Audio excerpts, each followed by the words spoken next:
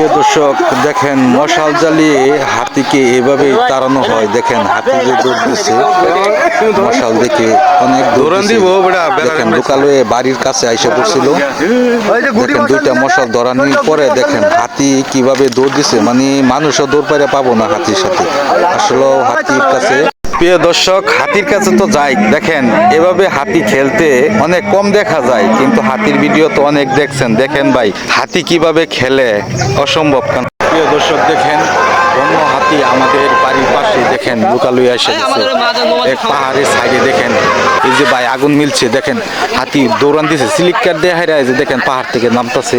হাতি হলো একটি ভয়ঙ্কর প্রাণী, আসলে এত কাছে আমরা না যাই। সবাই হাতির কাছ থেকে সবাই দূরে থাকবো, সাবধানে থাকবো, আমরা এত কাছে যাবো না কখনো। প্রিয় দর্শক দেখেন কিছু বন্য হাতি পাহাড় থেকে নেমে দেখেন কিভাবে ঘাস খাইতেছে গরুর মতন। আসলে আজকে অনেক ভালো লাগতেছে, কারণ এতগুলো হাতি একসাথে পেয়ে অনেক আনন্দ লাগতেছে। আসলে আমরা হাতির এত কাছে যারা যাই এত কাছে যাব না। ভাইয়ারা কেমন আছেন? বাড়ির পাশেই পাহাড়ে হলো হাতি, বাড়িতে আর থাকতে পারলাম না হাতি না দেখে। দেখেন অনেক হাতি একসাথে হয়েছে, দৌড় পাড়ে গেলাম হাতি দেখতে। দেখেন হাতিও দৌড়ান দেয়, কিন্তু এত কাছে না যাওয়াটাই ভালো। প্রিয় দর্শক হাতি দেখতে গেছি, দেখেন বাড়ির পাশেই লুকালয়ে হাতি আইসা পড়ছে। দেখেন পাহাড়ের সাইডে দেখেন অনেক লোকজন, এই যে হাতি এখানে আছে, অনেক সময় দৌড়ান দেয়। এই যে দেখেন আমার বড় ভাইন ছেলেরা আমার সামনেই আর ওই যে দাঁড়ায় আছে। দেখেন হাতি যে অল্প অল্প দেখা যায়, জঙ্গলের ভিতরে তো তেমন একটা দেখা যায় না। তারপরেও পাহাড়ের ভিতরে ঢুকুন যাবো না, কেন লাগে দৌড়ান দিলে কুম্বালা কেডা গাছও বাজ্যা পরে। আসলে এত কাছে যাওয়া কখনো ঠিক না। সবাই হাতির কাছ থেকে সবসময় দূরে থাকবেন, সতর্ক বজায় চলবেন। প্রিয় দর্শক কেমন আছেন? আজকেও হাতি দেখতে গেছি। আসলেও একসাথে এতগুলা হাতি পেয়েও অনেকটা আনন্দ লাগতেছে, কেননা প্রতিদিন হাতি দেখতে যাই, কোনোদিন পাই কোনোদিন পাই না, খালি ফিরে আসতে হয়, ভিডিও কানেক্ট করা পাই না। তো ওতে আজকে অনেক ভালো লাগতেছে। প্রিয় দর্শক দেখেন আজকেও হাতি দেখতে গেছি পাহাড়ের ভিতরে। দেখেন অনেক হাতি একসাথে নেমে আসছে, মানে পাহাড়ের গুনার মধ্যে। দেখেন একটা সাইডে যাইতেছে অনেকগুলা হাতি।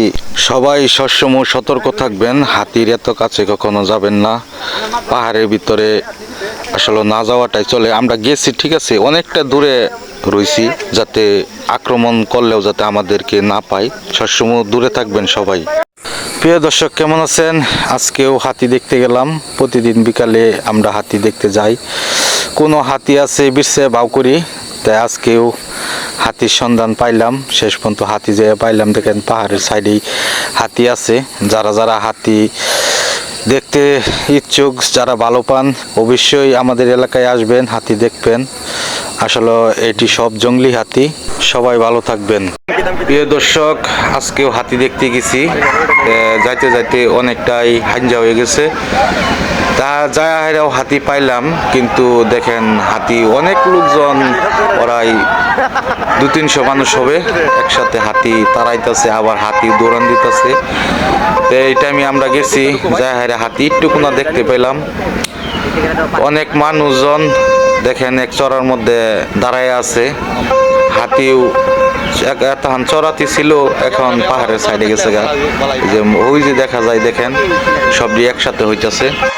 এভাবেই বন্য হাতি তাড়ানি হয় ধান ক্ষেত থেকে। দেখেন রাত্রের বেলা অনেক হাতি, এই যে দেখেন ধান ক্ষেত রয়েছে, অনেক হাতি নামছে।